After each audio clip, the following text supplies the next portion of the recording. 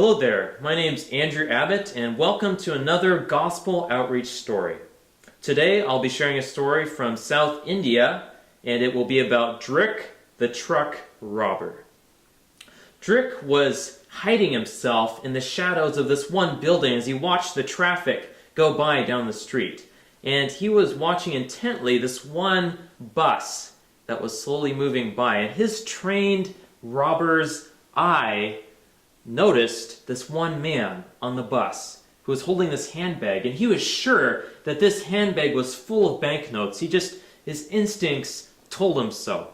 And so, just as the truck was in just the right place, he dashed out with his gun, he pointed it at the man, he snatched the handbag out of his hands, and he dashed back into the shadows. He felt that adrenaline rush that came whenever he robbed someone, that feeling that he was in control, that he had power to grab something valuable from them, and he was saying yes to his companion that was with him right there. I'm sure this bag is full of banknotes. It's going to keep us going for at least a couple weeks. And then finally, later on in the confines of his home, he opened up his bag and he was ready to see all this money laying there, but instead he saw a black book. And he was just disgusted. He took the book, he's like, oh, this is useless. Why do I want something like this? He took out a match, he was about to light the edge of it, and his friend said, wait, no!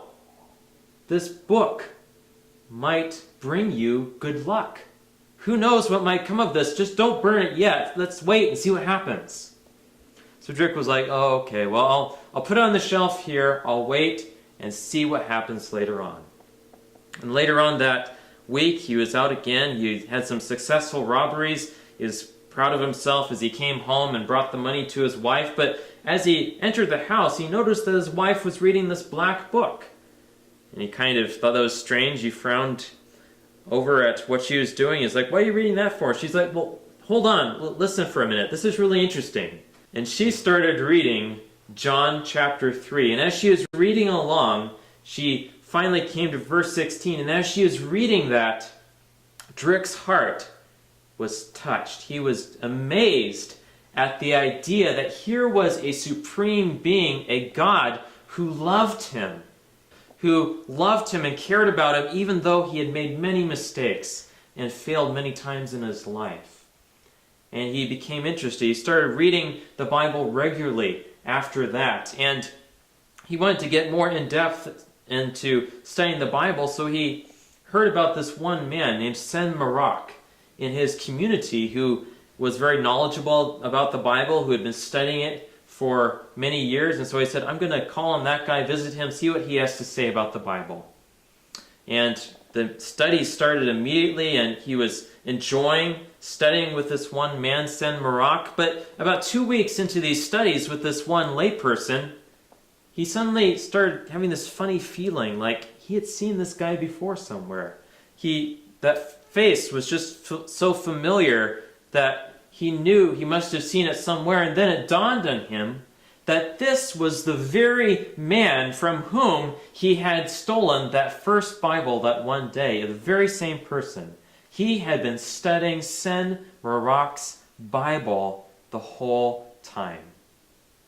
And very soon after that, Drick and his wife gave their hearts to Christ and were baptized. And ever after that, Drick was no longer sneaking around in the shadows of these buildings, carrying a gun, trying to grab people's valuables from them. He was instead a Bible carrier, carrying the Bible into the homes of others and teaching them about what he had learned in God's Word and spreading the gospel wherever he went.